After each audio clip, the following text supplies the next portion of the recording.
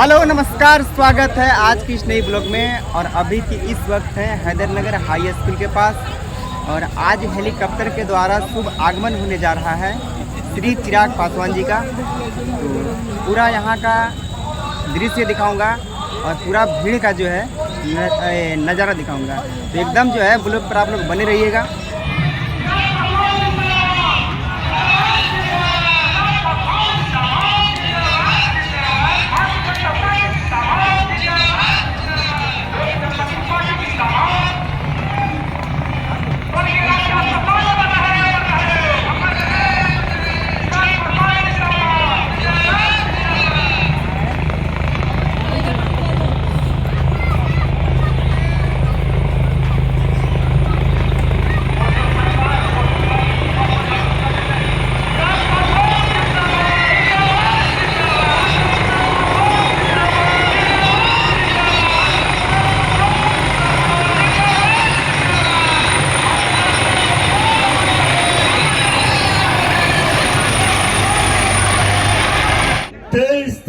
को जब चुनाव परिणाम आएंगे तो उन परिणामों के बाद झारखंड में एनडीए की सरकार बनना तय है, इसमें कोई संदेह नहीं है। पर ऐसे में जब यहाँ पर एनडीए की सरकार बने तो हुसैनाबाद विधानसभा के हमारे विधायक एनडीए के विधायक होने चाहिए, प्रधानमंत्री नरेंद्र मोदी जी के विधायक होने चाहिए। ये जिम्मेदारी हम सबके ऊपर है और ऐसे में हम लोगों के लिए ये गर्व की बात है कि हम लोगों के बीच एनडीए के प्रत्याशी के रूप में एक ऐसे साथी और हमारे प्रधानमंत्री नरेंद्र मोदी जी के एक ऐसे सिपाही कमलेश जी के रूप में हम लोगों के बीच मौजूद हैं, जिन्होंने दिन रात सिर्फ और सिर्फ हमारे विकास के लिए कार्य किया, जिन्होंने विपरीत परिस्थिति के बावजूद भी सिर्फ और सिर्फ हुसैनाबाद के विकास की चिंता की। साथियों, इन्होंने हमेशा अपनी जिम्मेदारी, अपने कर्तव्य को निभाने का काम किया। अब ये जवाबदेही हम लोगों के ऊपर है कि हम इन्हें भारी मतों से विजयी बनाकर झारखंड की विधानसभा में भेजें। हम लोग तैयार हैं ना? साथियों, जरूरी है ऐसे पढ़े लिखे जानकार विधायक को चुनकर झारखंड की विधानसभा में भेजने का, जो दिन रात हमारे हक, हमारे अधिकारों के लिए लड़ाई लड़ने का काम करे। साथियों, एक तरफ केंद्र में हमारे प्रधानमंत्री आदरणीय नरेंद्र मोदी जी, जो दिन रात गरीब कल्याण की योजनाओं पर कार्य कर रहे हैं। आजादी के 75 साल के बाद आज महिलाएं यहाँ पर मौजूद है। आजादी के 75 साल के बाद पहली बार देश में एक प्रधानमंत्री ऐसे आए जिन्होंने महिलाओं के सम्मान की चिंता कर शौचालय बनवाने का काम किया, जिन्होंने महिलाओं के स्वास्थ्य की चिंता कर उज्ज्वला योजना के तहत घर घर में गैस कनेक्शन पहुंचाने का काम किया। साथियों, इससे पहले अगर हमारे घर पे कोई बीमारी आती थी तो हम लोगों को महिलाओं के जेवर, अपनी जमीन गिरवी रखवानी पड़ती थी। पर आज प्रधानमंत्री आदरणीय नरेंद्र मोदी जी की देन है कि भगवान न करे, पर अगर अब घर पे कोई बीमारी आती है तो आयुष्मान योजना के तहत 5-5 लाख रुपए का मुफ्त इलाज कराने का प्रबंध हमारे प्रधानमंत्री जी ने किया। हमारे प्रधानमंत्री ने एक तरफ हमारे देश की अर्थव्यवस्था को मजबूत करने का काम किया। हमारे प्रधानमंत्री जी ने, आज हम लोग गर्व से कहते हैं कि भारत दुनिया की 5वीं सबसे बड़ी अर्थव्यवस्था है, तो ये देन हमारे प्रधानमंत्री नरेंद्र मोदी जी की है। साथियों, अर्थव्यवस्था का मजबूत होना सिर्फ अर्थशास्त्रियों का विषय नहीं है। जब देश की अर्थव्यवस्था मजबूत होती है तो राज्य का राजस्व बढ़ता है। हर जिले में विकास की योजनाओं के लिए ज्यादा राशि आती है, हर व्यक्ति के हाथ में ज्यादा कमाई आती है, प्रति व्यक्ति आय में इजाफा होता है। अभी तो 5वें नंबर पर यह अर्थव्यवस्था है। अगले साल जब तक हम लोग चुनाव में जाएंगे, ये अर्थव्यवस्था दुनिया की 3री सबसे बड़ी अर्थव्यवस्था बनने जा रहा है। भारत, ये देश प्रधानमंत्री जी की। साथियों, जो हमारे प्रधानमंत्री जी ने एक तरफ हमारी अर्थव्यवस्था को मजबूती देने का काम किया, तो वही सरहद पर हमारी सीमाओं को भी सुरक्षित रखने का काम किया। जहाँ एक तरफ गांव और शहर की दूरी को कम करने का काम किया, तो वही अंतरिक्ष के माध्यम से कैसे हमारे देश को विकास की राह पर आगे बढ़ाया जा सके, इस पर भी हमारे प्रधानमंत्री जी ने कार्य करने का काम किया। चाहे एक तरफ हमारे प्रधानमंत्री जी ने गांव में सुविधा देने का काम किया, तो वही हमारी आस्था को भी सम्मान देने का काम किया। सोचिए, पिछले 500 साल से जैसे हम लोग अभी टेंट के नीचे हैं, प्रभु श्री राम ऐसे ही 500 साल से धूप गर्मी धूल मिट्टी में टेंट के नीचे थे। पहली बार देश में एक ऐसे प्रधानमंत्री आए जिन्होंने हमारी आस्था को सम्मान देते हुए अयोध्या में भव्य राम मंदिर का निर्माण करवाकर रामलला की प्राण प्रतिष्ठा करवाने का काम किया।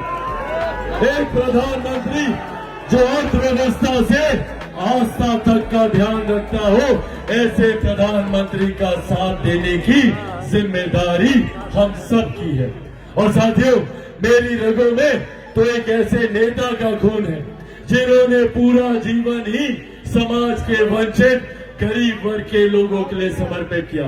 आज मुझे गर्व होता है जब मैं अपने युवा साथियों के हाथ में मोबाइल फोन देखता हूँ। ये देन मेरे नेता, मेरे पिता आदरणीय रामविलास पासवान जी की है। जब वो दूरसंचार मंत्री थे, तब पहली बार भारत में मोबाइल फोन आया था, और उन्हीं के कार्यकाल में उन्होंने ये संकल्प लिया था। उन्हें इस बात की तकलीफ होती थी कि क्यों मोबाइल फोन अमीरों की जागीर है। ये वो समय था जब इनकमिंग कॉल के लिए भी 18 रुपया 20 रुपया पैसा देना पड़ता था। उस वक्त उन्होंने कसम खाई थी कि एक ऐसा दिन वो लेकर आएंगे जब हर रिक्शा वाला, हर ठेला वाला, हर गरीब व्यक्ति के हाथ में मोबाइल फोन होगा। और आज ये उनका सपना सच हुआ है। साथियों, मेरी रगों में एक ऐसे नेता का खून है जिन्होंने देश में ही नहीं, दुनिया की सबसे बड़ी गरीब कल्याण की योजना का निर्माण भारत में करने का काम किया। आज मेरे पिता के जाने के 4 साल के बाद भी उनकी बनाई हुई योजना, जो दुनिया की सबसे बड़ी गरीब कल्याण की योजना है, जिसे हम लोग प्रधानमंत्री गरीब जन कल्याण अन्न योजना के नाम से जानते हैं, जिसके तहत आज भी भारत में 80 करोड़ लोगों को मुफ्त में अनाज दिया जाता है। ये देन आदरणीय रामविलास पासवान जी की है। ये देन हमारे प्रधानमंत्री आदरणीय नरेंद्र मोदी जी की है। साथियों, एक तरफ हमारा गठबंधन जो सिर्फ जात पात धर्म मजहब से उठकर विकास को प्राथमिकता देता है, आपको मुख्य धारा के साथ जोड़ने की सोच रखता है, तो वही कई ऐसे गठबंधन भी है जो सिर्फ भ्रष्टाचार की सोच रखते हैं। यहाँ की मौजूदा सरकार, जेएमएम की सरकार, कांग्रेस और राजद के समर्थन वाली सरकार, सोचिए एक तरफ जहां हमारा सर फक्र से ऊंचा होता है जब प्रधानमंत्री जी को दुनिया के राष्ट्रीय अध्यक्ष नमन करते हैं, वहीं दूसरी ओर झारखंड के मुख्यमंत्री जब भ्रष्टाचार के आरोपों में जेल जाते हैं तो शर्म से हम लोगों का शर्म से सर नीचा होता है। हम लोगों को अब चुनना है विकास को या विनाश को, और ये चुनाव मुश्किल नहीं है, ये चुनाव कतई मुश्किल नहीं है। हम लोगों को अपने बेहतर भविष्य के लिए चुनाव करना, युवाओं को अपने ही राज्य में रोजगार मिले उसके लिए चुनाव करना है, छात्रों को अपने ही प्रखंड में विद्यालय मिले इसके लिए चुनाव करना है, महिलाओं के सम्मान के लिए बुजुर्गों को दिल्ली एम्स जाकर इलाज न कराना पड़े इसके लिए हम लोग को चुनाव करना। एक तरफ जहां कार्य के आधार पर हमारी एनडीए की सरकार आगे बढ़ने का काम कर रही है तो वहीं दूसरी तरफ झूठ बोलकर विपक्ष के लोग हम लोगों को डराने का काम कर रहे हैं। पूछिए इन लोगों से क्या क्या बोले थे लोकसभा के चुनाव में। कहते थे कि नरेंद्र मोदी की सरकार आएगी तो आरक्षण समाप्त हो जाएगा, अगर एनडीए की सरकार आएगी तो लोकतंत्र की हत्या हो जाएगी, संविधान खत्म कर दिया जाएगा। पूछिए आज लगभग 5-5.5 महीने हो गए केंद्र की सरकार को आए, किसका आरक्षण छीना गया, कौन से लोकतंत्र की हत्या की गई, कहां का संविधान खत्म किया गया। पूछिए इन दल के नेताओं से जब ये प्रचार करने आएंगे। सिर्फ झूठ बोलना, सिर्फ झूठ बोलना और लोगों को डराना, कभी लाठी के नाम पे डराना तो कभी अधिकार छीनने के नाम पर डराना। साथियों आज आप लोगों के बीच मैं चिराग पासवान, मेरे नेता, मेरे पिता आदरणीय रामविलास पासवान जी के संघर्षों की कसम खाकर ये वादा आप लोगों से करके जाता हूं कि जब तक चिराग पासवान जिंदा है ना आरक्षण को कोई खतरा है, ना संविधान को कोई खतरा है।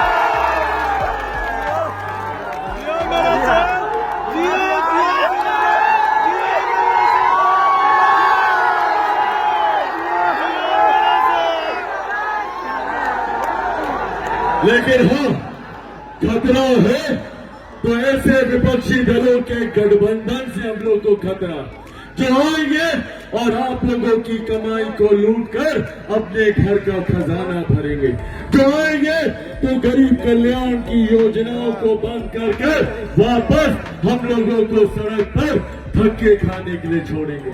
इसीलिए साथियों आज ये आग्रह करने आया हूं। पिछले 5 साल हम लोगों ने देखे किस तरीके से झारखंड के लोगों को अपमानित होना पड़ा, देश विकास की राह पर आगे था, हम लोग पिछड़ते जा रहे थे। आज पुनः जरूरत है झारखंड में डबल इंजन की सरकार की, जरूरत है प्रधानमंत्री जी के सोच वाली सरकार की, और उस सरकार में जो आपका प्रतिनिधित्व करे वो एक ऐसा व्यक्ति होना चाहिए जो हमेशा अपने विचारधारा के लिए समर्पित है, जिन्होंने हमेशा मेरे नेता, मेरे पिता आदरणीय रामविलास पासवान जी को सम्मान देने का काम किया। उनके सबसे करीबी साथियों में रहे आदरणीय कमलेश जी। आज उनके जाने के बाद उनके नाम पर भवन बनाने की बात हो, उनके नाम पर स्मृति द्वार बनाने की बात हो, ये सम्मान मेरे पिता के जाने के बाद भी अगर किसी एक व्यक्ति ने देने का काम किया तो वो आदरणीय रामविलास पासवान जी के सच्चे साथी आदरणीय कमलेश जी। साथियों मैं चाहता हूं कि आने वाले दिनों में हुसैनाबाद एक विकसित विधानसभा बने। मेरे पिता का सपना था कि झारखंड एक विकसित राज्य बने, पर इस सपने को चिराग पासवान अकेला पूरा नहीं कर सकता। चिराग पासवान को जरूरत है तो आप सबके साथ की और सबके साथ। क्या आप लोग चिराग पासवान बनकर घर घर मेरे इस संदेश को पहुंचाएंगे? बोलेंगे चिराग पासवान? दोनों हाथ उठाकर वादा करें, बोलेंगे चिराग पासवान, बोलेंगे चिराग पासवान, बोलेंगे चिराग पासवान। तो मेरा ये संदेश घर घर पहुंचाइएगा, बोलिएगा कि चिराग पासवान ने कहा कि 13 तारीख को एक विकसित हुसैनाबाद बनाने के लिए 13 तारीख को कितने नंबर पर बटन दबाना है? कितना नंबर? सब लोग दिखाइए, 1 नंबर, 1 नंबर, 1 नंबर। और कौन से छाप पर बटन दबाना है? कमल छाप पर। कमल छाप पर बटन दबाकर न सिर्फ आप यहाँ से आदरणीय कमलेश जी को जिताने का काम कीजिएगा, बल्कि मेरे प्रधानमंत्री आदरणीय नरेंद्र मोदी जी को भी मजबूती देने का काम कीजिएगा और अपने भाई, अपने बेटा चिराग पासवान को भी मजबूती देने का काम कीजिएगा। तो साथियों, इस उम्मीद के साथ, इस विश्वास के साथ कि अगली बार जब आप लोगों के बीच में यहाँ पे मौजूद होऊंगा तो एक विधायक के रूप में और बड़ी जिम्मेदारी निभाते हुए आदरणीय कमलेश जी यहाँ पर आप लोगों का प्रतिनिधित्व कर रहे होंगे। ये वादा है आप लोगों का? अगर वादा है तो एक बार जोरदार ताली बजाकर आप लोग अपना आशीर्वाद देंगे। साथियों, मैं इस खूबसूरत कार्यक्रम के आयोजन के लिए यहाँ पर मौजूद तमाम साथियों का धन्यवाद करता हूँ।